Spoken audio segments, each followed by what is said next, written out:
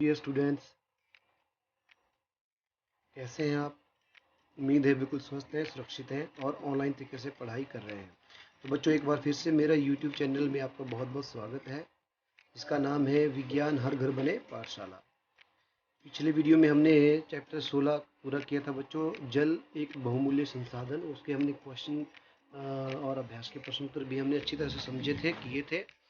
चलिए हम आज चैप्टर 17 पढ़ेंगे, वन हमारी जीवन रेखा। बच्चों, जैसा इसका नाम है वन हमारी जीवन रेखा, तो मतलब ये हुआ कि वनों से हमारा जीवन बहुत ही प्रभावित है। वनों से हमें क्या क्या मिलता है, किस प्रकार जो है वन पर जो है सभी जीव जंतु निर्भर करते हैं, तो ये हम इस चैप्टर में डिटेल में पढ़ेंगे।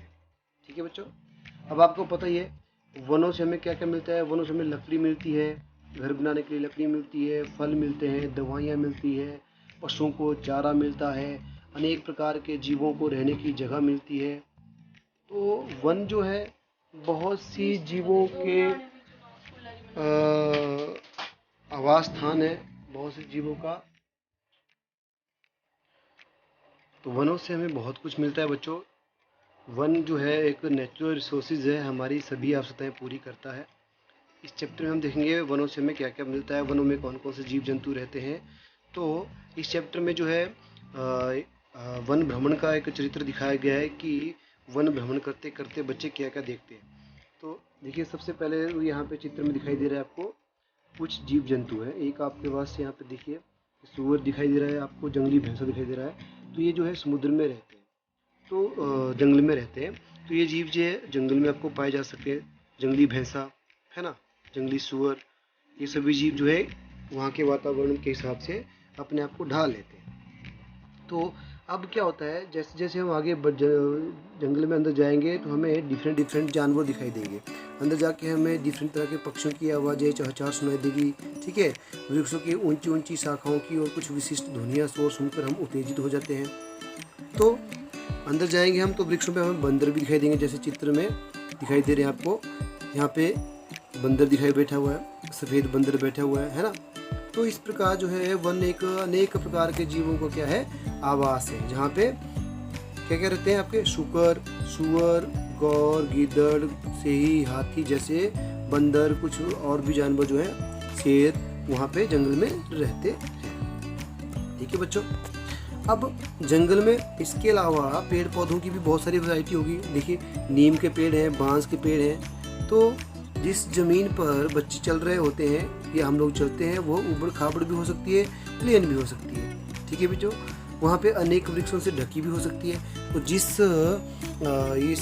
इस चैप्टर में जो बच्चे भ्रमण कर रहे थे, जिस ज़मीन पे वो चल रहे थे, वहाँ पे ज़मीन बहुत ऊबड़ खाबड़ थी और अनेक वृक्षों से ढकी हुई थी, जैसे चित्र 17.4 में दिख रही है आपको। ठीक है बच्चों, ये देखिए यहाँ पे ज़मीन ऊबड़ खाबड़ है, वनों में डिफरेंट तरह के जीव जंतु और पेड़ पौधे पाए जाते हैं। तो इस प्रकार जो है फिर ये बहुत सी, अब यहाँ पे जो है शाल, टीक, शेमन, शीशम, नीम, पलाश, अंजीर, खैर, आंवला, बांस, कचनार आदि बहुत सारे वृक्ष भी हैं। तो जो बच्चे घूम रहे हैं उनके साथ प्रोफेसर अहमद हैं, वो उनको समझा रहे हैं कि जंगलों में क्या क्या होता है, किस प्रकार की चीज़ होती है। तो प्रोफेसर अहमद उनको बता रहे हैं कि बच्चों, अनेक प्रकार के जो वृक्ष हैं, झाड़ियाँ हैं, शाख हैं, ये घास जो है सभी जंगलों में पाई जाती है। तो वृक्ष पर विभिन्न प्रकार के विसर्पी लताएँ भी हैं, आरोही लताएँ भी हैं, और जो एक दूसरे लिपटी हुई होती हैं। ठीक है, तो ये जंगल में पाई जाती है। अब वन के अंदर काफ़ी अंदर जो हो जाते हैं तो आपको अंधकार दिखाई देगा, वहाँ पे अंधेरा होगा और आपको वहाँ पे दिखाई नहीं देगा। तो प्रोफेसर अहमद ने बच्चों को और बताया कि बच्चों, आप पेड़ पे देखिए, यहाँ पे आपको क्या दिखाई दे रहा है, ऊंचे वृक्षों की शाखाएं जो है किस प्रकार कम ऊंचाई के वृक्षों को अपने ऊपर ढक लेती है ना। तो जंगल में जब अंदर जाओगे आप तो ऊंचे ऊंचे जो पेड़ होते हैं बच्चों, वो जो आपके छोटे छोटे वृक्ष झाड़ियाँ होती है ना, उनको ढक लेती हैं ऊपर से। तो एक किस्म का तान या वितान बना लेती है या कनोपी बना लेते हैं ऊपर से। तो इस प्रकार की जो आकृति बनती है, बड़े बड़े पेड़ जो है छोटे पेड़ों को ढक लेते हैं, उसको बोलते हैं वितान या कनोपी। ठीक है बच्चों, तो उसको बोलते हैं वितान या कनोपी। इसके बाद प्रोफेसर अहमद ने ये भी बताया कि प्रकृति में वृक्ष पर्याप्त मात्रा में बीज उत्पन्न करते हैं। वन की भूमि उनमें अंकुरण और नए पौधे उगने के लिए, विकास करने के लिए अनुकूलित परिस्थितियां प्रदान करती हैं। ठीक है, तो इनमें से कुछ वृक्ष तो बड़े वृद्धि करके बड़े बन जाते हैं और कुछ छोटी शाखाएं शाख झाड़ियाँ रूप में रह जाते हैं। तो अब जब वो ऊपर उड़ते हैं और पेड़ ऊपर बनते हैं, तने से ऊपर जाता है, तो वो पेड़ का शिखर कहलाता है। अब देखिए वनों में क्या क्या पाया जाता है। ये कुछ उत्पाद हैं, ये आपने देखा होगा, वनों से गोंद भी मिलता है ना, कत्था मिलता है, और लकड़ी मिलती है, लकड़ी से आप मूर्ति भी बनाते हैं, है ना, और घर भी बनाते हैं, कई चीज़ें बनाते हैं। और ये लाख भी हमें जो मोहर लगाते हैं ना सरकारी ऑफिसर्स, तो उनकी जो मोहर होती है वो लाख से लगाई जाती है। तो ये लाख भी जंगलों से ही मिलती है हमें। इसके अलावा अब देखिए ये कुछ शिखर आकार हैं। ये आपके देवदार के पेड़ की तरह होते हैं, जो ऊपर शंकुनुमा होते हैं, ऊपर शिखर होता है और नीचे को यह ढलानदार होते हैं। इससे क्या फ़ायदा होता है, जब यहाँ पे बर्फ़ गिरती है तो वो सीधा नीचे आ जाती है, टहनियों से नीचे झड़ जाती है और इसकी जो है पत्तियों से टिकती नहीं है। दूसरे कुछ वृक्ष ऐसे होते हैं, कुछ का शिखर इस प्रकार होता है और कुछ का इस प्रकार गुंबदाकार शिखर होता है। कोई इस प्रकार के पौधे होते हैं, कोई इस प्रकार के। तो जंगलों में विभिन्न प्रकार के पौधे पाए जाते हैं। ठीक है बच्चों, अब जो मैंने आपको बताया जंगल में वितान या कनोपी कैसे होती है, देखिए इस चित्र को ध्यान से देखिए आप। इस चित्र में आपको दिख रहा है ये छोटे पौधे हैं, इनके ऊपर जो है बड़े बड़े पौधों ने बिल्कुल ढक दिया है इनको। तो ये एक किस्म का इनका शिखर है और यहाँ पे कनोपीज बना दी है इन्होंने, वितान बना दिया है। ठीक है, और ये अधोतल के जो पौधे हैं नीचे वाले हैं। तो इस प्रकार जो है बड़े बड़े पौधे जो पेड़ होते हैं वो छोटे छोटे पौधों को ढक देते हैं जंगल में और वितान या शिखर या कनोपी का निर्माण कर देते हैं। ठीक है, अब जो जंगल में बच्चे घूमने गए उनमें से कुछ बच्चे जो झाड़ियों और शाखों के पुष्पों के साथ यहाँ मंडराने वाली खूबसूरत तितलियों को देखने में व्यस्त हो गए। तो उन्होंने झाड़ियों के नज़दीक जाकर देखने का प्रयास किया कि ऐसा करते समय उन्हें अपने बालों और वस्त्रों पर कुछ बीज और झाड़ियाँ चिपक गई उन्होंने देखा। तो बच्चों को वृक्षों की छाल और पौधों की पत्तियों में वन और भूमि पर सड़ गले पत्तियों के साथ उन्होंने अनेक चीज़ें देखी, जैसे कुछ चींटियाँ, गिलहरियाँ, छोटे छोटे जीव जंतु भी दिखाई उनको पड़े। अब जैसे ये चित्र दिखाई दे रहा है, वन की भूमि है, यहाँ पे पत्तियाँ भी गिरी हुई है, छोटी छोटी झाड़ियाँ भी है ना।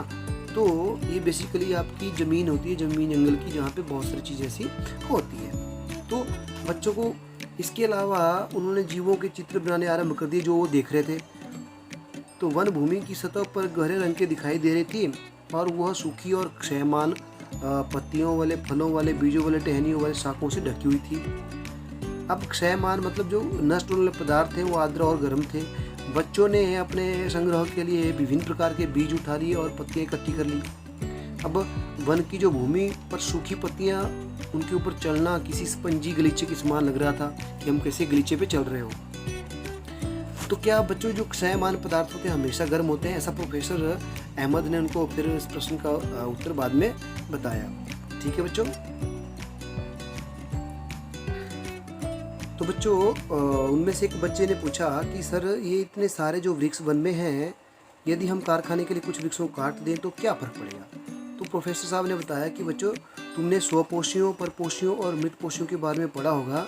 तो पादप अपना भोजन स्वयं निर्माण करते हैं, उनको बोलते हैं हम स्वपोषी। तो पौधे हैं जो अपना भोजन स्वयं बनाते हैं। ठीक है, सभी जंतु चाहे वो शाकाहारी हो या मांसाहारी हो या सर्वाहारी हो, वो भोजन के लिए अंततः पौधों पर ही निर्भर करते हैं। तो जीव पादपों का भोजन करते हैं, उन्हें अक्सर अन्य जंतुओं द्वारा भोजन के रूप में ले लिया जाता है। उदाहरण के लिए घास कीटों को खाता है, कीटों को दूसरे जीव खाते हैं, जैसे मेंढक खा लेता है, फिर मेंढक को सांप खा लेता है। तो इस प्रकार जो एक खाद्य आहार श्रृंखला बनती है। जैसे आपको मैं यहाँ बता रहा हूँ, ये घास को कीट खा लिया, कीट को मेंढक ने, मेंढक को सर्प ने, सर्प को फिर ईगल ने या गरुड़ ने खा लिया। इस प्रकार जो है यह आहार श्रृंखला बनती है। तो वन में बच्चों अनेक प्रकार की आहार श्रृंखलाएं पाई जाती हैं। सभी खाद्य श्रृंखलाएं परस्पर जुड़ी हुई होती हैं। तो किसी एक खाद्य श्रृंखला में कोई अगर विघ्न पड़ जाए तो वो अन्य श्रृंखलाओं को भी प्रभावित कर देती है। ठीक है, तो वन का प्रत्येक भाग अन्य भागों पर निर्भर करता है। इसलिए यदि हम वन के किसी घटक जैसे पेड़ को काट देते हैं तो इससे सभी घटक जो है प्रभावित होते हैं। इसलिए हमें वन को नहीं काटना चाहिए, पेड़ों को नहीं काटना चाहिए और पेड़ों का ध्यान रखना चाहिए। ठीक है, तो भूमि की सतह के पत्तियों को उठाकर उन्होंने हैंडलेंस से दिखाया बच्चों को। तो उसमें उन्होंने क्या पाया, क्षयमान पत्तियों पर नन्हे मशरूम दिखाई दिए। उन्हें नन्हे कीटों, मिलीपीडों और सेंटीपीडों जैसे जो होते हैं वो छोटे छोटे चित्र दिखाई दिए। उन्हें आश्चर्य हुआ कि ये जीव कहाँ से आए। तो प्रोफेसर साहब ने बताया बच्चों ये जीव जो है यहाँ पर उत्पन्न होते हैं क्योंकि ये सूक्ष्म जीव है तो जो मृदा के भीतर रहते हैं। ठीक है, अब एक बच्चे ने पूछा उस आश्चर्य से कि मशरूम और अन्य सूक्ष्म जीव क्या खाते हैं। तो प्रोफेसर साहब ने बताया ये मृत पौधों और उत्तकों को खाते हैं। उन्हें एक गहरे रंग का पदार्थ परिवर्तित कर देते हैं जिसे हम ह्यूमस कहते हैं। फिर ये मरे हुई पत्तियों को खाते हैं। मशरूम और जो दूसरे होते हैं वो अपने जो दूसरे जीव जंतु होते हैं वो उनको खाते हैं और उसको गहरे रंग के हरे रंग के पदार्थ में बदल देते हैं जिसे हम ह्यूमस कहते हैं। ह्यूमस क्या होता है? मृदा की उपजाऊ क्षमता को बनाए रखता है। अब देखिए बच्चों, आप ये 17.9 में पादप जो है इसमें क्या हो रहा है देखिए ध्यान से आप। तो बच्चों इस चित्र में आपको क्या दिख रहा है? ध्यान से देखिए, इस चित्र में आपको बहुत कुछ दिख रहा है। देखिए इस चित्र में आपको वन में पादप, मृदा और अपघटकों के बीच में परस्पर संबंध बताया जा रहा है। अब देखो जो ये पौधे हैं इनके बीच और उत्पादकों और जो अपघटक हैं उनके बीच में संबंध बताया जा रहा है। तो इसमें देखो जमीन पे क्या हुआ बच्चों, पौधे उगे हुए हैं, पौधों से पत्तियां नीचे गिर रही हैं। ठीक है, अब नीचे पत्तियां गिरती हैं तो अपघटक होते हैं, इन पत्तियों को जो है खाकर नष्ट करके जो इनको क्या करते हैं आपके, इनको फिर ह्यूमस में बदल देते हैं। तो जमीन से पौधों की जड़ें हैं वो मृदा से क्या करती हैं, पानी लेती हैं, खनिज पदार्थ लेते हैं, पोषक तत्व लेते हैं। इससे क्या होता है, इससे पौधे जो है ग्रो करते हैं, बड़े होते हैं, जिससे जो है पौधों का पालन पोषण होता है। ठीक है, फिर पौधों पे फल लगते हैं, उनको पक्षी, जीव जंतु सभी खाते हैं। तो इस प्रकार बच्चों आपके ज़मीन से और अपघटकों का और पौधों का आपस में बहुत ज़्यादा रिलेशनशिप है। तो इस प्रकार जो पदार्थ बनते हैं बच्चों उसको ह्यूमस कहते हैं। फिर है तो अब पादपों के मृत शरीरों को ह्यूमस में बदलने के लिए जो सूक्ष्म जीव होते हैं उन्हीं को हम अपघटक कहते हैं। तो अपघटक क्या करते हैं, जो मरे हुए जीव होते हैं, चाहे वो पेड़ पौधों के भाग हो, चाहे जीव जंतु के हो, चाहे कुछ और हो, तो उनको वो अपघटित करते हैं जिसके वो को ह्यूमस बनाते हैं। तो इस प्रकार जो सूक्ष्म जीव होते हैं वन में बहुत महत्वपूर्ण भूमिका निभाते हैं। ये अपघटक ये जानकारी जो प्रोफेसर साहब उनको देते हैं बच्चों को। ठीक है, तो एक बच्चे ने पूछा जब वन में कोई जंतु मर जाता है तो उसका क्या होता है। तो दूसरे बच्चे ने उत्तर दिया जब मृत जंतु जो है गिद्धों कौवों और गिद्धों कीटों का भोजन बन जाते हैं। इस प्रकार जो है पोषण तत्वों का चक्र चला रहता है जिससे वन में कुछ भी व्यर्थ नहीं जाता। जैसे चित्र 17.9 में दिखाई देगा। 17.9 चित्र देख लेते हैं ऊपर बच्चों हम। ये देखिए इसमें भी ये दिखाया हुआ है। तो यहाँ पे हर जीव जैसे कोई चीज़ मर जाती है तो उसको जो है जीव जंतु जो है गिद्ध होते हैं, पक्षी होते हैं, लोमड़ी होती है, वो सभी चीज़ें उसको खा लेती है। तो जंगल में जो है कुछ भी शेष नहीं रहता और हर चीज़ जो है वो यूटिलाइज हो जाती है, कोई भी चीज़ खराब नहीं जाती है। तो इस प्रकार जो है सभी जीवों का ये आपस में एक चेन बनी हुई होती है, खाद्य आहार श्रृंखला। ठीक है बच्चों, इस प्रकार यह भोजन का चक्कर चला रहता है। अब एक लड़की ने प्रोफेसर से पूछा, उनको याद दिलाया कि उन्होंने अभी तक वनों के हरे फेफड़े कहा जाता है, क्यों कहा जाता है इसका जवाब नहीं मिला। तो प्रोफेसर साहब ने समझाया कि पौधे जो है प्रकाश संश्लेषण प्रक्रिया द्वारा ऑक्सीजन बनाते हैं। इस प्रकार जो है पौधे जंतु को श्वास लेने के लिए ऑक्सीजन उपलब्ध कराते हैं। तो वायुमंडल ऑक्सीजन और कार्बन डाइऑक्साइड के संतुलन को बनाए रखते हैं, इसीलिए पौधों को, वनों को हरे फेफड़े भी कहा जाता है, क्योंकि ये क्या करते हैं, ऑक्सीजन बनाते हैं प्रकाश संश्लेषण प्रक्रिया के द्वारा। ठीक है बच्चों, ये आपका जो है ऑक्सीजन और कार्बन डाइऑक्साइड का संतुलन है। देखिए पौधे जो है ऑक्सीजन बनाते हैं, उसको हम जीव जंतु जितने भी मनुष्य जानवर जो भी हैं वो सब उसको ग्रहण करते हैं, सांस लेते हैं, फिर ये कार्बन डाइऑक्साइड छोड़ते हैं, इस कार्बन डाइऑक्साइड को पौधे लेते हैं। तो इस प्रकार ये चक्कर चला रहता है बच्चों और ये संतुलन बना रहता है। ठीक है, अब वनों से हमें बहुत सारी चीज़ें मिलती है बच्चों। वनों से जानवरों को, जीव जंतु को भोजन, रहने की जगह, जल, औषधियाँ आदि सभी चीज़ें हमें मिलती है, जैसा कि मैंने आपको चैप्टर में शुरू में बताया था। ठीक है, तो अब देखिए वन में हिरण है ना, और साथ में इस चित्र में वन में हिरण दिखाई दे रहा है आपको। वन जो हिरण है पानी पी रहा है, साथ में इस पानी में मछलियाँ भी है और बंदर भी पानी पी रहा है ना।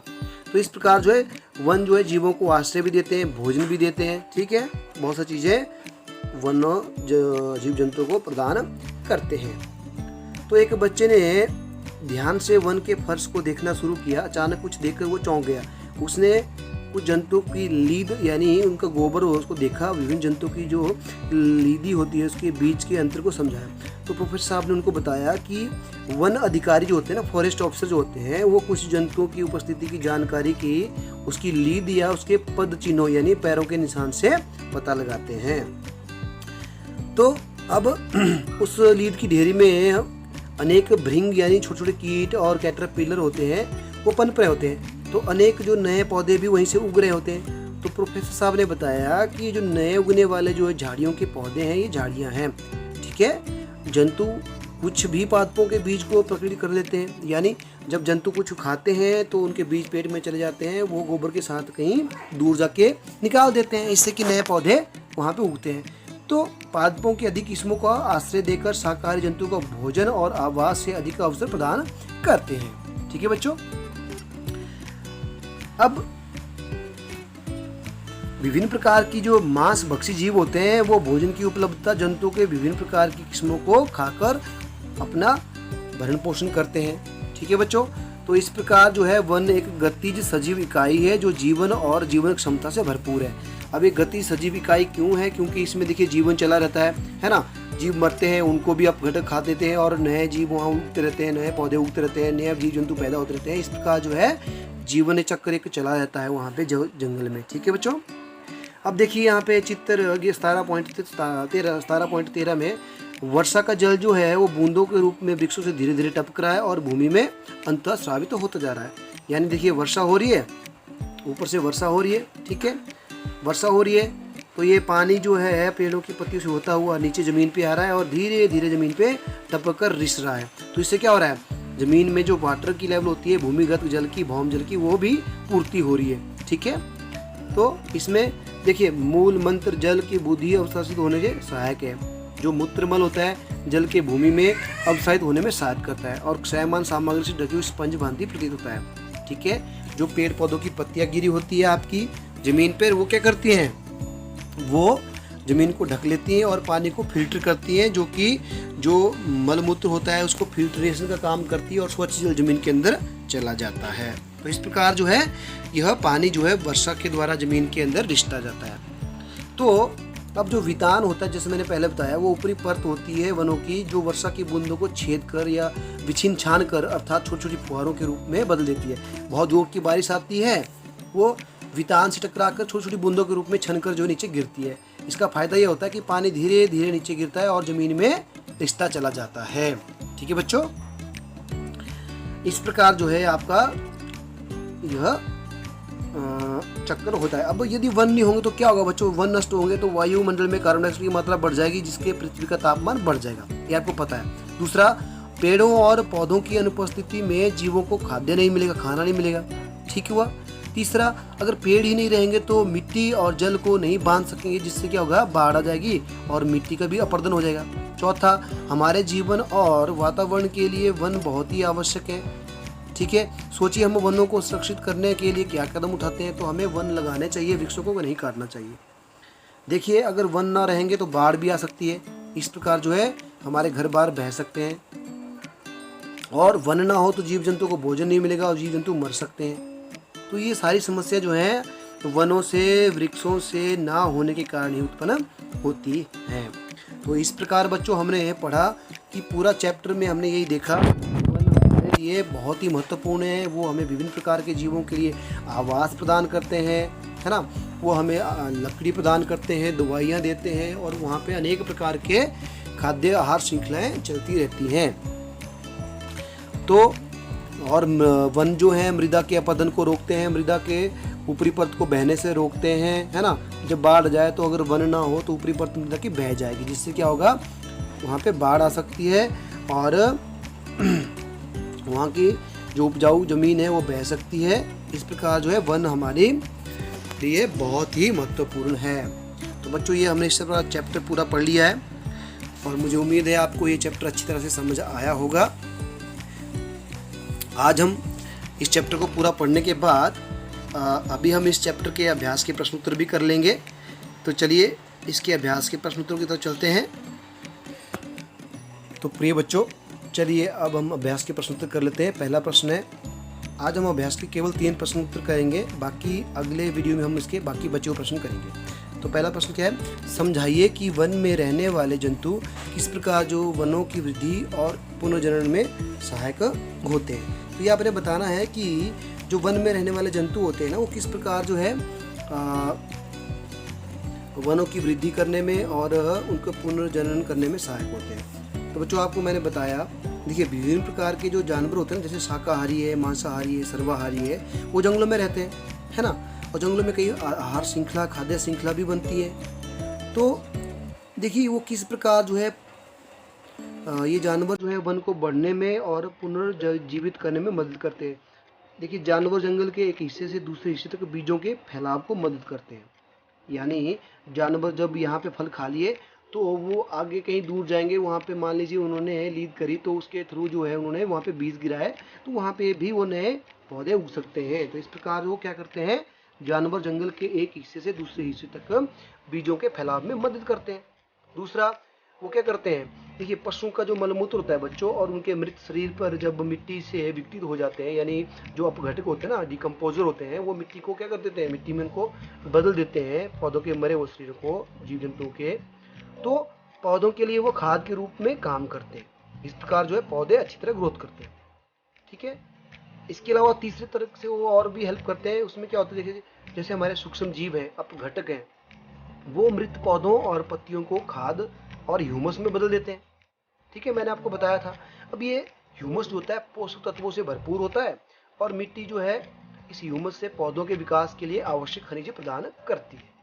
तो इस तरह से हम कह सकते हैं कि वन में रहने वाले जंतु जो है वनों की वृद्धि और पुनर्जनन में सहायक होते हैं। चलिए बच्चों अगला प्रश्न देखते हैं, समझाइए कि वन बाढ़ की रोकथाम किस प्रकार करते हैं। तो अब मैंने आपको बता दिया, जो वन जितने ज़्यादा घने होंगे तो उनकी जड़ें ज़मीन में उतनी ज़्यादा फैली होंगी, और जड़ें ज़मीन को पकड़े रखती है। तो इस प्रकार जब ज़मीन को जड़ें पकड़ रखती हैं तो क्या होता है, मृदा अपरदन जो है कम होता है। पर हमने यहाँ बताया कि बाढ़ की रोकथाम कैसे करती है। तो वन वर्षा के जल को प्राकृतिक अवशोषक के रूप करते हैं, और वो अवशोषक के कार्य होते हैं। क्यों, मैंने आपको बताया, जैसे वन घने हैं बच्चों, तो उनका वितान होता है, ऊपर घनी पत्तियां होती हैं, वो एकदम से जोर से बारिश नहीं आने देते हैं, तो वो बारिश जो है छनकर नीचे बूंदों के रूप में गिरती है। इससे क्या होता है कि ज़मीन जो है आपके पास जो है बहुत कम मात्रा में पानी ज़मीन पे धीरे धीरे आता है, जो कि ज़मीन में रिसता चला जाता है ना। जब ज़मीन पे यह रिस जाएगा तो क्या होगा, आपका बारिश का पानी पेड़ और पत्तियों से छनकर नीचे गिरेगा, रिसते जाएगा, तो यह धीरे धीरे पहुंचेगा ज़मीन पर और अवशोषित कर लिया जाएगा। तो इस प्रकार क्या होता है, अत्यधिक पानी आने की संभावना खत्म हो जाती है, और बाढ़ नहीं आती है, और ना ही मिट्टी की कटाई होती है। ठीक है बच्चों, तो इस प्रकार जो है वन बाढ़ की रोकथाम करते हैं। अब तीसरा प्रश्न देखते हैं हम, अपघटक किन्हें कहते हैं, इनमें से किन्हीं दो के नाम बताइए, ये वन में क्या करते हैं। तो बच्चों अपघटक क्या होते हैं, वे सूक्ष्म जीव होते हैं जो मृत पौधों और जानवरों को गला सड़ाकर ह्यूमस में बदल देते हैं ना। तो सूक्ष्म जीव होते हैं अपघटक, जो मृत जीवों के शरीरों को, चाहे वो जानवर है चाहे वो पौधा है, उनको विघटित या गला सड़ाकर ह्यूमस में बदल देते हैं। उदाहरण के लिए एक मशरूम हो गया, दूसरा बैक्टीरिया हो गया। तो ये क्या करते हैं, मृत पदार्थों को ह्यूमस में बदल देते हैं। ठीक है, फिर ये वन की मिट्टी के साथ मिल जाते हैं, तो ये पौधों को आवश्यक पोषक तत्व प्रदान करते हैं। तो इस प्रकार जो है ये अपघटक होते हैं, मिट्टी में आवश्यक पोषक तत्वों को पौधों को देते हैं और उनका संतुलन बनाए रखते हैं। तो ये इनका कार्य होता है। तो बच्चों मुझे पूरी उम्मीद है ये तीनों प्रश्न आपको अच्छी तरह से समझ आए होंगे, और ये पूरा चैप्टर भी आपको अच्छी तरह से समझ आया होगा। चलिए इस वीडियो को हम यहीं ख़त्म करते हैं। तो आज हम गृह कार्य के रूप में आप ये तीनों प्रश्न अपने फिर कॉपी में नोट करेंगे, लिखेंगे। ठीक है, तो कल हम इसके बचे हुए अभ्यास के प्रश्न उत्तर करेंगे। तो मिलते हैं बच्चों अगले वीडियो में, तब तक के लिए अपना ध्यान रखें और पढ़ते रहिए।